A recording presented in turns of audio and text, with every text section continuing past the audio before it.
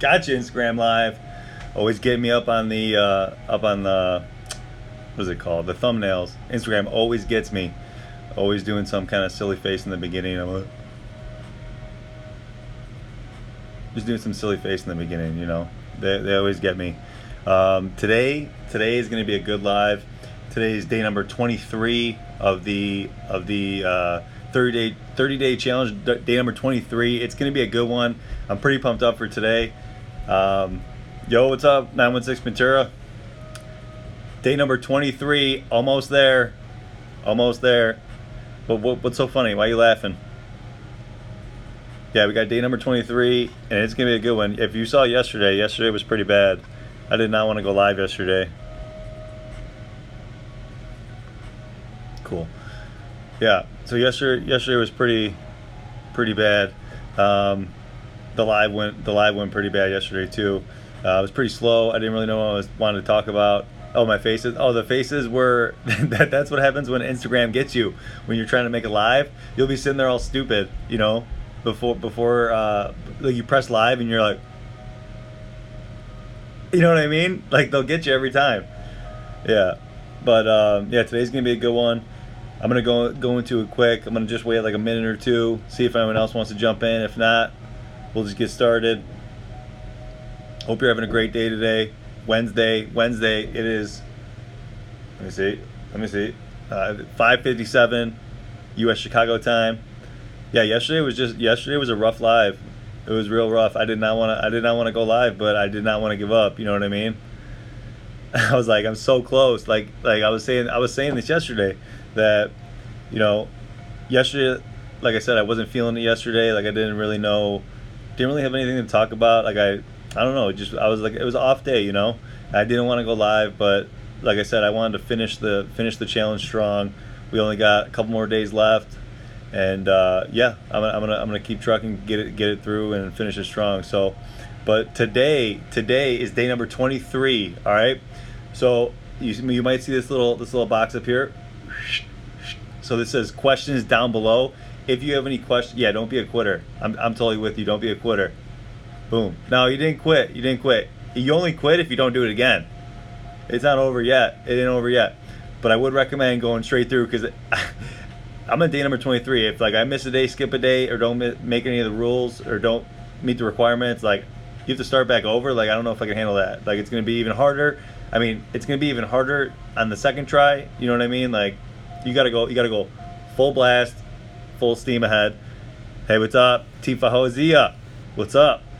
All right, so today I wanted to talk about. So maybe some people don't know about maybe they haven't seen the story. So basically, there's a written story of how Sticks and Sponges was created, and then there actually is the first episode of the podcast is out, and that's actually the story of how Sticks and Sponges was created was the first episode of the podcast, and we just recently got on iTunes, so I'm pretty pumped up about that. It takes like weeks and like all this verification to get on iTunes, and I finally got on iTunes. The first episode is up.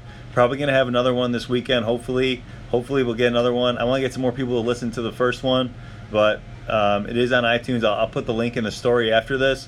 But so today I kind of wanted to do like a quick run through. So if people haven't listened to it yet, or maybe they don't know, or they don't know who I am, or don't know the story. So Sticks and Sponges was created. It was created by accident, right?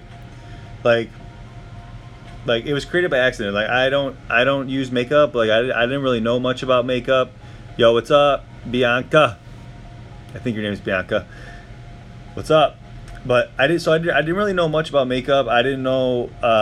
It was kind of by accident. Like I said, with my ex-girlfriend. Like I'd be at her house and she'd be doing her makeup. Like we didn't have really much else to do with in the beginning. Like she had just moved there, so she didn't really have much like furniture or like TV, or like we just had the computer, like our cell phones, and she would just do her makeup like in her bathroom, and I would sit there and be like the music DJ, right? Like I'm just sitting there watching, like talking to her, like I don't really know what's going on, but I remember my favorite part, and it's still my favorite part, is like the concealer and the contour.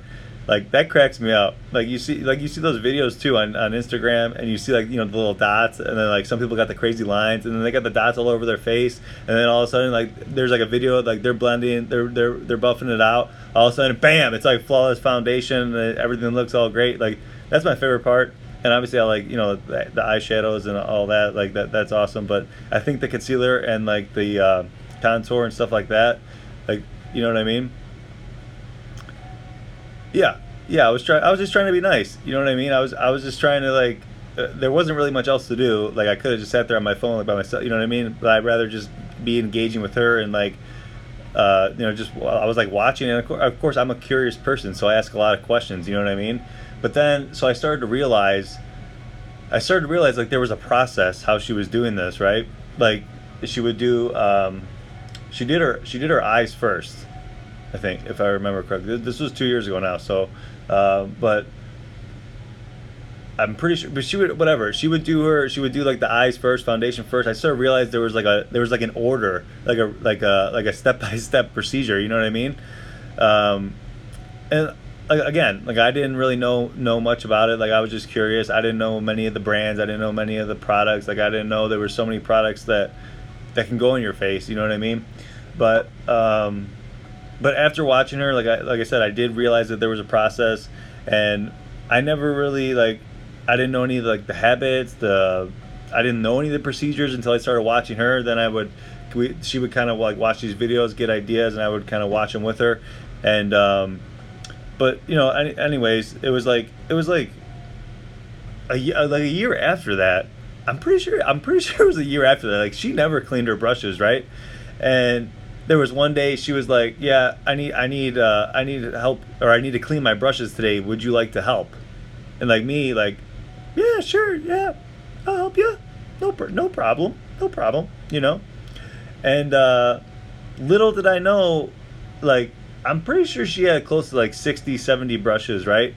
And we cleaned them, and like it took all day. It was like a Sunday like afternoon. It took like a couple hours, like 4 to 6 hours, I'm pretty sure, like to clean them all, and then like to wait for them to dry and put them back.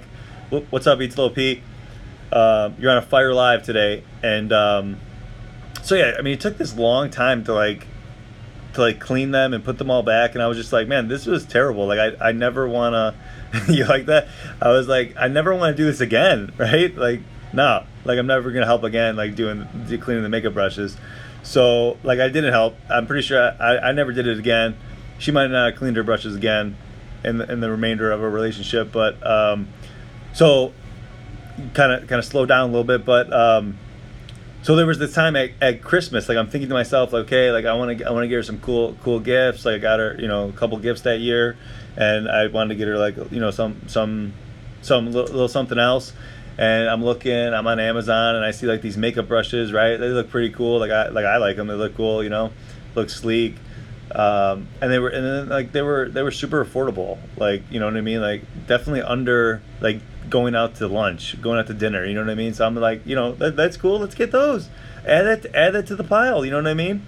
And so like I remember getting them for her, and then like I was thinking if I get her more brushes, then we wouldn't have to clean them as soon, or maybe like she could just get rid of those old nasty ones, like just get rid of them. Like we'll just get new ones. You know what I mean? We don't have to waste time cleaning them. Like we'll just pay the $20-$30, get some new brushes, get the ones you need, and we're good to go, right?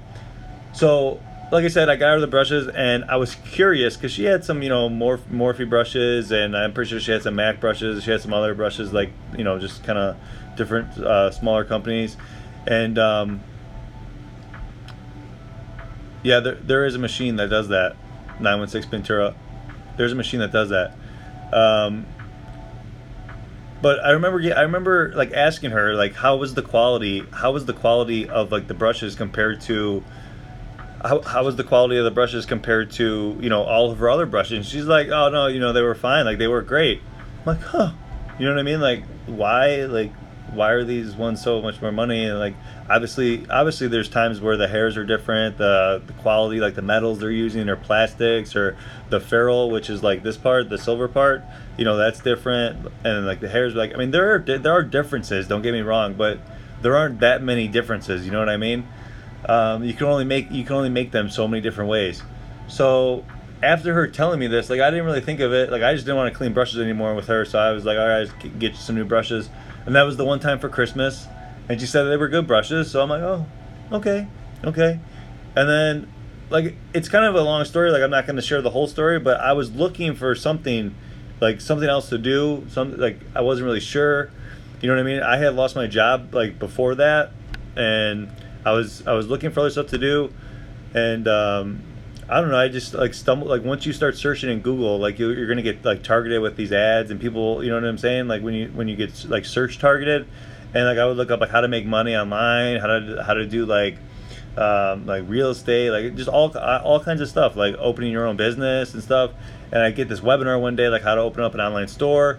And I go through the webinar. I'm like, okay, this is great. Like, but I don't know what I'm gonna do. I don't know. I was just looking for everything, trying everything, right? And then I don't know. Like, I don't remember when it hit me. I'm pretty sure it was after. It was after. I'm looking like at like where to start, and then I saw like these brushes that we could sell, we could offer, and they looked very similar to the ones that we saw on Amazon, and I got on Amazon, and then I'm like, huh. And then I thought to myself like, I wonder if there's anyone else that never cleans their brushes or doesn't even know that they're supposed to clean their brushes. Huh. And then that was it. Like I had an idea to get only, well, it started off with only pretty brushes, right? And then it, like after like launching and going out, like I found people wanted like professional style brushes. That's why if you saw the survey a couple weeks ago, like I was asking like what do you prefer and all that stuff, and I was getting some market feedback. But yeah, it's been an ongoing thing for me to like. You're always going to be changing and trying to get better. I mean, hopefully you would want to do that, but so that's how it basically started. Is how instead of cleaning your brushes, like just why not like just get new ones like that are affordable, like they're still quality, and you won't feel bad about like recycling them or throwing them away. You know what I mean? But that was the initial thought of Sticks and Sponges, and why I created Sticks and Sponges, and how it got started really. So it was really by accident, because I saw these. I saw them out there. I got them for my girlfriend that one year, and then I just thought there's got to be other people that have the same problem. So I mean, you're probably thinking like, there's probably people out there thinking that well, I clean my brushes, like I'm good. You know what I mean? But are you cleaning them correctly? Like there's multiple ways to clean them, and what you shouldn't do, and what you should and shouldn't do, what you should clean them with, what you shouldn't clean them with. You know what I mean? There's a lot of opinions about how many times you should clean them. Regardless of the times, you just keep them clean. Whether if you have to replace them or not, you know what I mean? People think, well, I survey people all the time. Like I talk to people and I want to get feedback from them. So I'm always asking them like questions about their makeup tools, about their makeup brushes, about other products they use, and like you would be surprised. Like there's been some people like more than a handful that said that they didn't even know they were supposed to clean their makeup brushes. Like I was like, I mean, to be honest, I didn't know you were supposed to clean them when I first got into this whole thing. Like I said, like my girlfriend asked me the one time, like I had no idea. Like we hadn't cleaned them prior, like the whole year, and then all of a sudden she drops this on me, like, oh yeah, and then I'm getting more research. I'm like, aren't you supposed to be cleaning these like a lot more? You know what I mean? You know what I mean? I was like, I'm pretty sure these are pretty dirty, and you shouldn't be putting these on your face. Like she would always break out with like acne and stuff like that, and you know what I mean? She would always wonder why, and I mean, look at your makeup brushes. That could be a start, but people think, well, like I said, I don't use. People think I don't use makeup that much. I don't have to clean them, or I don't have to clean them. They don't think I have to. They don't clean them as often as they should. And yeah, she said, yeah, that's what I'm paranoid with. Yeah, like you're putting these things on your face, like every day. You're picking up that makeup, whether it's cream, liquids, powders, whatever.